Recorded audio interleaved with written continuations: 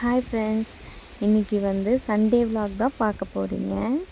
Sunday அதுமா நான் லேட்டாக தான் எழுந்திரிச்சேன். எப்போயும் ஏர்லி மார்னிங் 4:45 நான் எழுந்திரிச்சிடுவேன், இல்லைனா 5 o'clock எழுந்திரிச்சிடுவேன். அதனால் இன்றைக்கி கொஞ்சம் லேட்டாக தான் எழுந்திரிச்சேன். எழுந்திரிச்சிட்டு ஃப்ரெஷ் ஆகிட்டு டீ தான் போட்டேன். ஆனால் டீ இல்லைன்னா எனக்கு அந்த டே ஃபுல்ஃபில் ஆகாத மாதிரி இருக்கும். மைண்டுக்கும் ரிலாக்ஸாகவே இருக்காது. அதனால் எப்போயும் காலையில் எழுந்திரிச்சதும் நான் டீ தான் ஃபஸ்ட்டு, ஃப்ரெஷ் ஆகிட்டு வந்ததும் டீ தான் குடிக்கணும். நீங்களாம் எப்படின்னு கமெண்டில் சொல்லுங்கள். டீ போட்டாச்சு. போட்டுட்டு ரிலாக்ஸாக ஒரு இடத்துல உட்காந்து அதை குடிக்கணும், எந்த டென்ஷனும் இல்லாமல். எல்லோரும் தூங்கிட்டு இருந்தாங்க, நான் மட்டும் எழுந்திரிச்சி டீ போட்டாச்சு.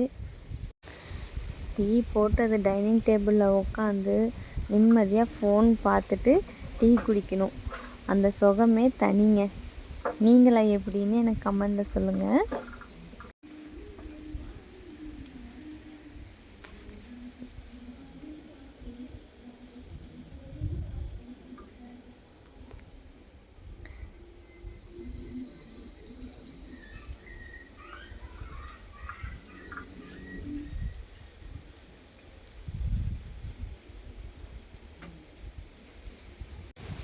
வீட்லேயும் எல்லோரும் எழுந்திரிச்சாச்சு, டீ எல்லாம் குடித்தாச்சு. குழந்தைங்களுக்கும் பாலெல்லாம் ஆற்றி கொடுத்துட்டு 4 பேருமா சேர்ந்து எங்கே கிளம்பிட்டோம் அப்படின்னா மீன் வாங்க தான் கிளம்பிட்டோம். இப்போ நாங்கள் எங்கே போயிட்டுருக்கோம் அப்படின்னா குடியமுத்தூரில் மீன் கடை அப்படின்னு ஒரு ஷாப் இருக்குங்க. அங்கே தான் நம்ம இப்போ மீன் வாங்க போகிறோம். எப்பயும் குடியமுத்தூருக்கு உள்ள ஒரு காதர் மீன் மார்க்கெட்னு இருக்கும். அங்கே எப்பயும் நல்லாயிருக்கும். நாங்கள் எப்பயும் அங்கே தான் வாங்குவோம். ஆனால் இந்த டைம் இந்த மீன் கடை வழியாக வந்ததுனால சரி இங்கே இன்றைக்கி வாங்கி பார்ப்போம்னு சொல்லி இங்கேயே வந்தாச்சு. அங்கே வந்தோடனே சிவு இல்லைம்மா ரொம்ப ஸ்மெல்லாக இருக்குதுன்னு சொல்லி மூக்கெல்லாம் பொத்திட்டு இருந்தான். அதுக்கப்புறம் மீன் குழம்பு எப்படி வைக்கிறது அப்படின்னு அவன் எனக்கு சொல்லி கொடுத்துட்டு இருந்தான். என்னென்ன பண்ணணும், இந்த தக்காளி வெங்காயம்லாம் போட்டு கலக்கணும்னு எல்லாம் எனக்கு சொல்லி கொடுத்துட்டு இருந்தான்.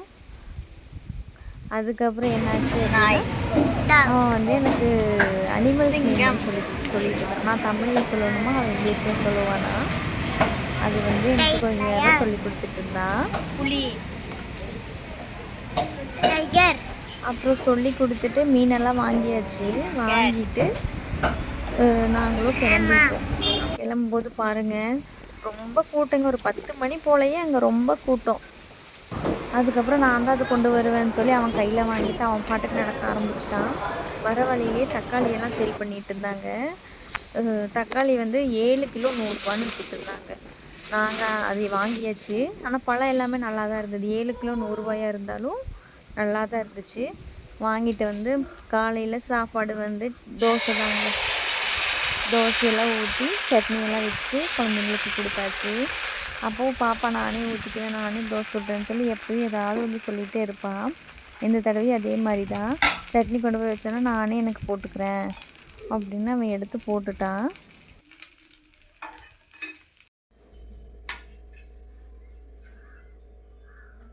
அப்புறம் அப்படியே கையோட மதியத்துக்கும் எல்லாம் முடிச்சுது.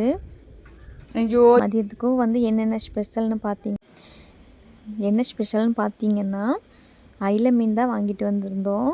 அயிலை மீன் குழம்பு, அயிலை மீன் வறுவல் அண்ட் சிக்கன் கிரேவி அண்ட் காடை முட்டை. இதுதான் எங்கள் வீட்டில் சண்டே அதுமே ஸ்பெஷலு. உங்கள் வீட்டில் என்ன ஸ்பெஷல்னு எனக்கு கமெண்டில் சொல்லுங்கள். சிவு பாருங்கள் எவ்வளோ அழகாக அவனே சாப்பிட்டுக்கிறேன்னு சொல்லிட்டான். இல்லைனா டெய்லி ஒரு ஆள் ஊட்டி விடணும். யூகேஜி தான் படிக்கிறான்.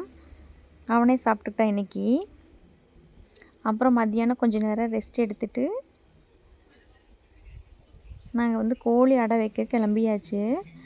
எங்கள் கோழி 13 முட்டை வச்சுருந்ததுங்க.